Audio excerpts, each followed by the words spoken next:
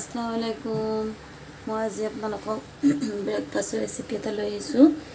ৰেচিপিটো এনেই সহজ, বুট আৰু আলুৰ ঘুগুনি। এয়া মই কেৰাহীত কুকাৰটোত বুট পাতিয়ে দিছোঁ আৰু মই ঘুগুনিৰ কাৰণে লৈছোঁ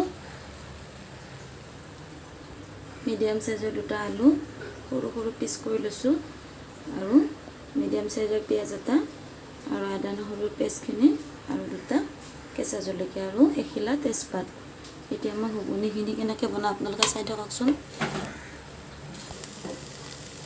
মই পাতি থোৱা বুটখিনিৰ ওপৰত এতিয়া মই পিঁয়াজখিনি দি দিছোঁ আৰু আদা নহৰুৰ পেষ্টখিনিও দি দিছোঁ, কেঁচা জলকীয়াখিনিও দি দিছোঁ আৰু তেজপাতখিলাও মই ইয়াত দি দিছোঁ।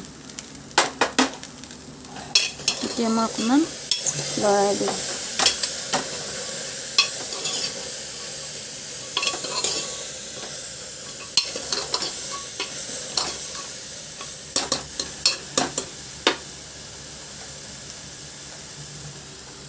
ইয়াতে মই সোৱাদ অনুসৰি নিমখ ব্যৱহাৰ কৰিম।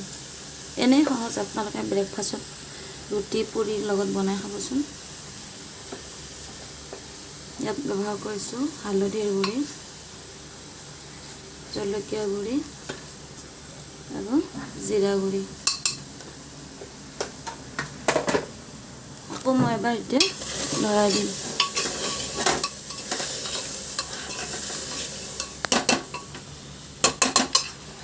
ইয়াতে মই এতিয়া ৰিফাইন ব্যৱহাৰ কৰিম। আপোনালোকে প্ৰয়োজন অনুসৰি ৰিফাইন দিব। সহজতে বনাব পৰা এটা ব্ৰেকফাষ্টৰ লগত খোৱা ৰেচিপি।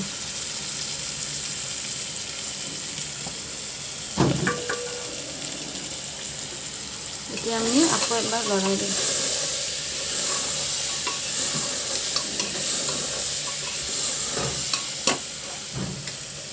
গেছটো ল' ফ্লেমত দিব। 5 মিনিটৰ কাৰণে লৰাই আমি ইয়াতে আলু পেলাই দিম। 5 মিনিটৰ কাৰণে লৰাই ল'ব।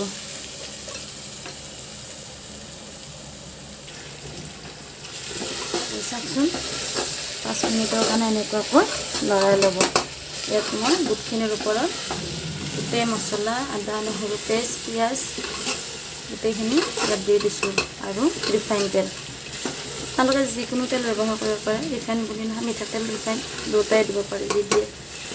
ইয়াত মই ৰিফাইন ব্যৱহাৰ কৰিছোঁ। এতিয়া মই বুটৰ কালাৰটো অহাৰ পিছত মই ইয়াতে আলুখিনি দি দিম।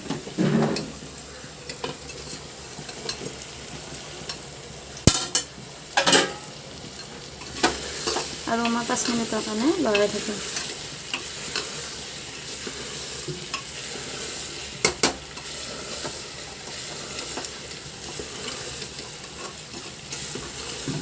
এনেই সহজ, ঘৰতে ঘুগুনি বনাই ৰুটি পুৰিৰ লগত জুতি ল'ব। চাওকচোন, ঘুগুনিৰ কালাৰটো প্ৰায় ৰঙা হ'ব ধৰিছে।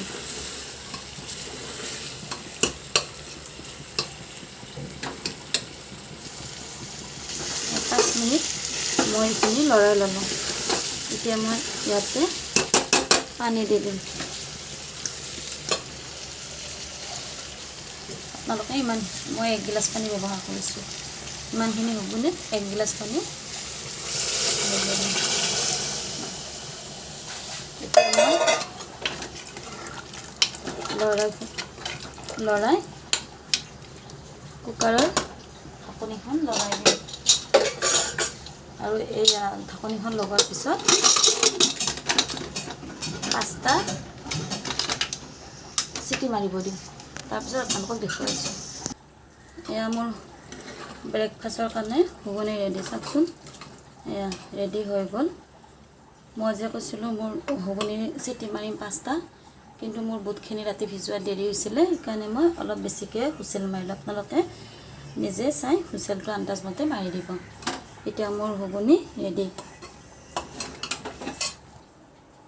এয়া মোৰ বুট আৰু আলুৰ ঘুগুনি ৰেডি হ'ল।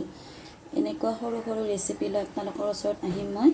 আপোনালোকৰ মৰম আশীৰ্বাদে মোক উৎসাহিত কৰিব আৰু মই ভিডিঅ'বোৰ দিবলৈ উৎসাহ পাম। আপোনালোকে মোক এনেকৈ মৰম দি যাব, আশীৰ্বাদ দোৱা কৰি যাব, আৰু মই এনেকুৱা সৰু সৰু ৰেচিপি লৈ আহিবলৈ চেষ্টা কৰিম।